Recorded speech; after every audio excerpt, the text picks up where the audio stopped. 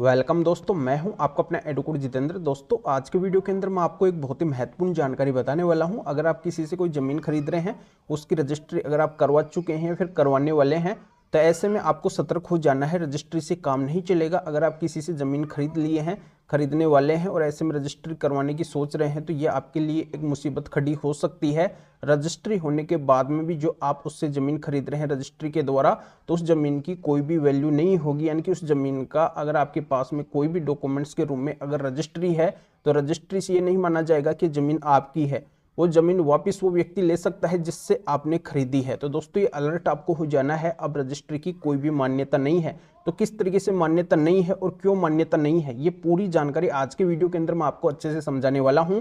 Video बहुत ही महत्वपूर्ण है, फायदे का है, इसलिए आपको करना क्या है, वीडियो को बिल्कुल अंत तक देखना है, तभी पूरी जानकारी आपके अच्छे से समझ में आएगी।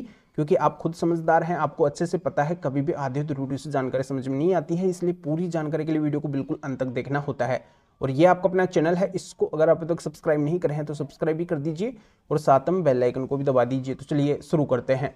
तो दोस्तों देखो, एक आपकी मेहनत की कमाई होती है, ये फिर आपके पास में अपनी सेविंग का पैसा होता है। उससे अगर आप किसी से कोई ज़मीन खरीदते हैं, तो आप ये चाहते हैं कि हमारा जो मेहनत का पैसा है उसका एक उपयोग होना चाहिए, वो सदुपयोग होना चाहिए। उससे हमें जैसे कोई ज़मीन लेनी है तो ज़मीन हमें मिलनी चाहिए, जिससे हम आगे उसका उपयोग कर सके, फायदा उठा सके, उस ज़मीन के ऊपर अपन मकान बना सके, दुकान बना सके, या फिर अन्य किसी तरीके से उस ज़मीन का उपयोग कर सके।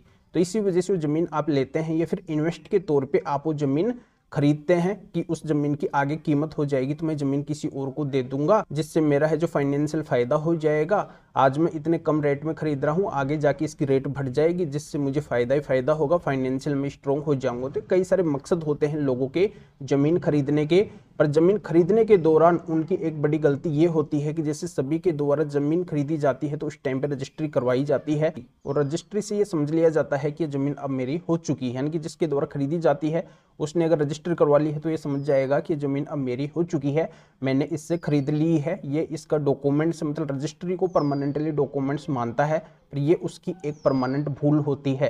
यानी कि ये यहाँ पे बहुत बड़ी गलती होती है। रजिस्ट्री के आधार पर ज़मीन उसकी नहीं होगी, नहीं होगी, नहीं होगी। आज मैं आपको क्लियर कर रहा हूं कि ये अगर आप गलती करेंगे तो आपको आगे पछताना पड़ सकता है। यानी कि जो आपने अपने पैसे से जो जमीन खरीदी है उसकी रजिस्ट्री भी अगर आपने करवा ली है, तब ये जमीन आपकी नहीं मानी जाएगी। उस जमीन को वापस वो व्यक्ति ले सकता है जिससे आपने जमीन खरीदी है, रजिस्ट्री करवाई है, या फिर और कोई भी व्यक्ति ले सकता है। तो इस चीज का भी आप ध्यान रखिए।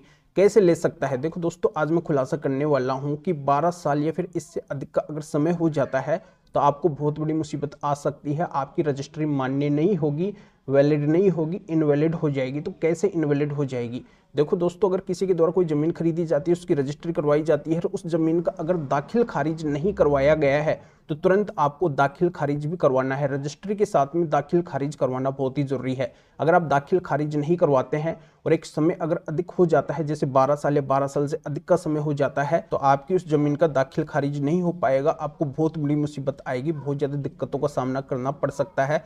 तो इसी वजह से मैं बताना चाहता हूं कि जब भी आप जमीन खरीदे, अगर उसकी दाखिल खारिज होना जरूरी है तो आपको दाखिल खारिज जरूर करवाना है। रजिस्ट्री के बाद में आपको दाखिल खारिज करवाना बहुत ही जरूरी है। आपको वेट नहीं करना है, आलस नहीं करना है, छोड़ना नहीं है। दाखिल खारिज उस जमीन का होना है तो करवाना ही है। आपको इस बात को मिस नहीं करना है, इग्नोर नहीं करना है, नहीं तो ऐसे होगा। अगर दाखिल खारिज आप नहीं करवा रहे हैं तो जमीन उसके नाम से होगी जिससे आपने खरीदी है, जिससे आपने रजिस्ट्री करवाई है। ज़्यादा समय निकलने पे जिनसे आपने ज़मीन खरीदी है तो उनके बेटे बेटियों के नाम से भी वो ज़मीन हो सकती है। तो ऐसे में आपको फिर दाखिल खारिज करवाने के अंदर मुसीबतों का सामना करना पड़ेगा। अगर आप तुरंत ही दाखिल खारिज करवा लेंगे तो आपकी ज़मीन है जो परमानेंटली आपकी हो जाएगी, आपके नाम से छट जाएगी। जैसा कि मैं आप सभी को अभी इस वीडियो के अंदर बताया कि दाखिल खारिज अगर उस ज़मीन का होना जरूरी है तो आपको करवाना भी जरूरी है। अगर आप दाखिल खारिज नहीं करवाते हैं, आपने केवल रजिस्ट्री करवा के छोड़ दी है, तो उस रजिस्ट्री की फिर कोई भी मान्यता नहीं होगी। उस रजिस्ट्री की वैलिड मान्यता तभी होगी जब आप उसका दाखिल खारिज भी करवा लेंगे। दोस्तों अभी मैं आपको एक आदेश की प्रति इस स्क्रीन के ऊपर चस्पा कर रहा हूं, दिखा रहा हूं आप सभी को कि इसके अंदर ऐसा हुआ कि एक व्यक्ति ने जमीन तो खरीद ली, उसकी रजिस्ट्री भी करवा ली, पर उसने उसका दाखिल खारिज नहीं करवाया। दाखिल खारिज करवाने के लिए 18 साल के बाद में गया तो उस मामले को है जो खारिज कर दिया गया, उसका दाखिल खारिज नहीं किया गया, जिससे उसकी रजिस्ट्री की भी मान्यता नहीं रही।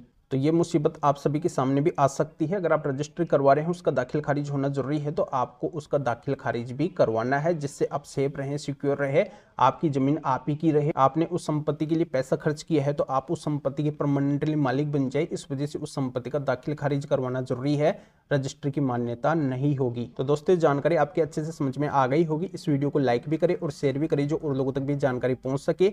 अगर आपकी किसी भी तरीके की कोई भी कानूनी समस्या है, मेरे से फोन के ऊपर बात करना चाहते हैं, अपनी हर तरह की कानूनी समस्या का समाधान मेरे से जानना चाहते हैं, तो स्क्रीन के ऊपर जो व्हाट्सअप नंबर सो रहे हैं, इस व्हाट्सअप नंबर के ऊपर व्हाट्सअप पे मैसेज करके अपॉइंटमेंट बुक करवा के डायरेक्टली आप मेरे से कॉल के ऊपर यानी फोन के ऊपर बात कर सकते हैं। अपनी हर तरह की कानूनी समस्या का समाधान मेरे से जान सकते हैं। तो फिर दोस्तों आगे मिलेंगे आपसे नए वीडियो नए टॉपिक के साथ में। आप सभी का बहुत बहुत धन्यवाद।